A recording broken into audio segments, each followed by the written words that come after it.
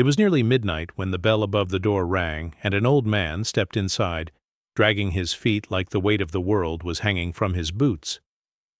Outside, the storm howled like a beast, sending icy rain across the windows. Inside, the convenience store was warm, quiet, and nearly empty. Mia looked up from the counter, tired and just minutes away from closing, and saw the man, soaked to the bone, shivering, and clearly lost. But she had no idea that this moment, this single act of kindness, would change everything she thought she knew about life, fate, and what people carry in silence. She didn't know that by letting him stay, she'd opened the door to a secret legacy. Before we dive into this mysterious and heartwarming story, make sure to like, share, and subscribe to the channel. These real feel tales aren't just stories, they're reminders that a single choice can transform lives.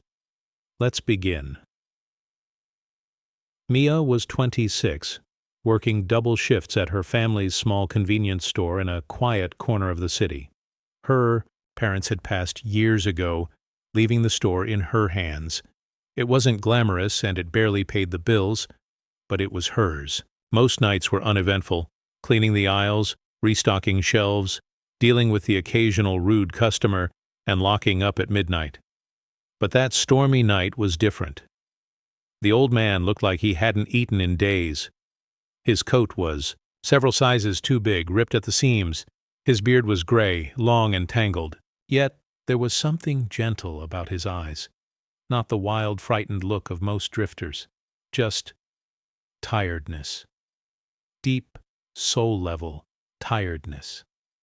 "Can I help you, sir?" Mia asked, already reaching for a warm cup of instant coffee behind the counter.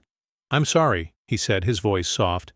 "I just need a place to stay, just for the night. It's brutal out there. I won't touch anything. I'll just sit quietly in the corner." Mia hesitated. Her store had a policy: no loitering, no overnight stays. She'd gotten warnings before, but she looked outside, saw the wind lashing against the street signs, and then looked back at the man who looked more ghost than human. She made her decision in one breath. "Stay near the heater," she said, pointing to a spot behind the racks. "Don't touch anything. And stay out of sight if the manager comes by early." The old man's eyes welled with tears. "Thank you," he whispered.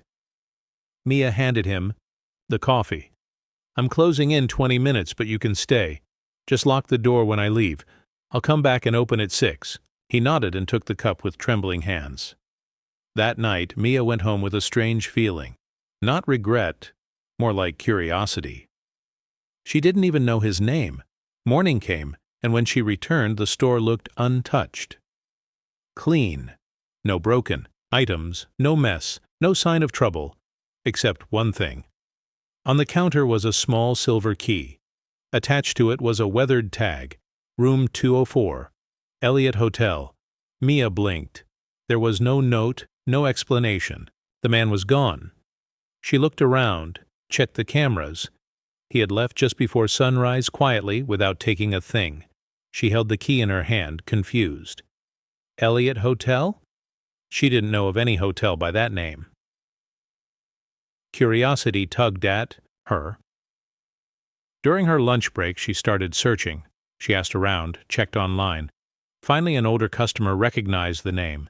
"Elliott Hotel?" he said. "That old place up on Hawthorne Hill? It's been closed for years. Some rich guy owned it, turned it into a private place. Rumor has it he disappeared or died. No one's seen the owner since." Mia's heart skipped.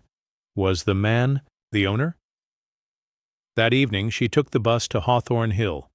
The building stood like a relic from another era, massive, with stone columns and ivy crawling up its sides. A tall gate surrounded it, locked tight. But the key in her hand was buzzing with possibility. She approached the gate expecting it to be rusted shut. But when she inserted the key into a side door near the staff entrance, it clicked. Inside, the hotel was dark but clean, dusty but not decayed. Everything was still in place, as if frozen in time. Mia wandered through velvet hallways, marble floors, and towering staircases. Then she found room 204. She turned the key, and the door creaked open.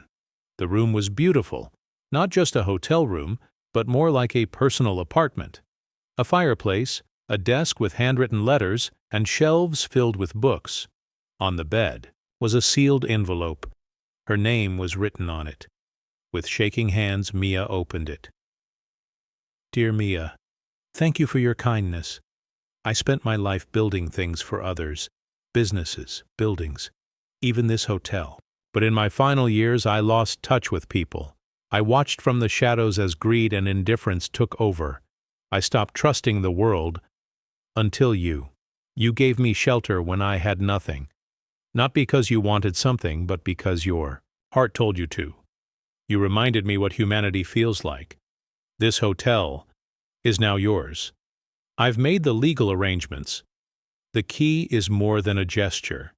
It's a gift, a responsibility. Do with it what your heart believes is right. With gratitude, Arthur Elliott. Mia sat on the bed for hours. The letter crumpled in her lap, heart racing. It couldn't be real. But over the next few weeks she met with lawyers, and everything checked out. Arthur Elliott had no heirs. He had legally transferred ownership. The key she had thought was symbolic was now her future.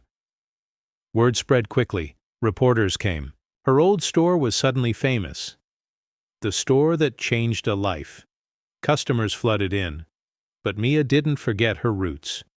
She reopened the hotel, not as a luxury stay, but as a shelter. A place for those with nowhere to go, like Arthur had been.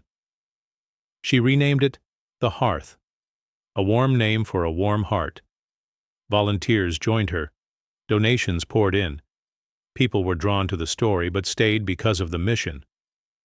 Every winter, she reserved room 204 for someone in need. And beside the bed, she placed a copy of the letter, along with a note of her own. Kindness is not wasted. It circles back in ways you never expect. I gave a man a night. He gave me a lifetime. No one ever saw Arthur again. Some say he passed peacefully, after seeing that good still lived in the world. Others believe he still walks through the snow, watching quietly, waiting for the next heart kind enough to open a door. Mia never looked for him. She didn't need to, because the legacy he left was all around her.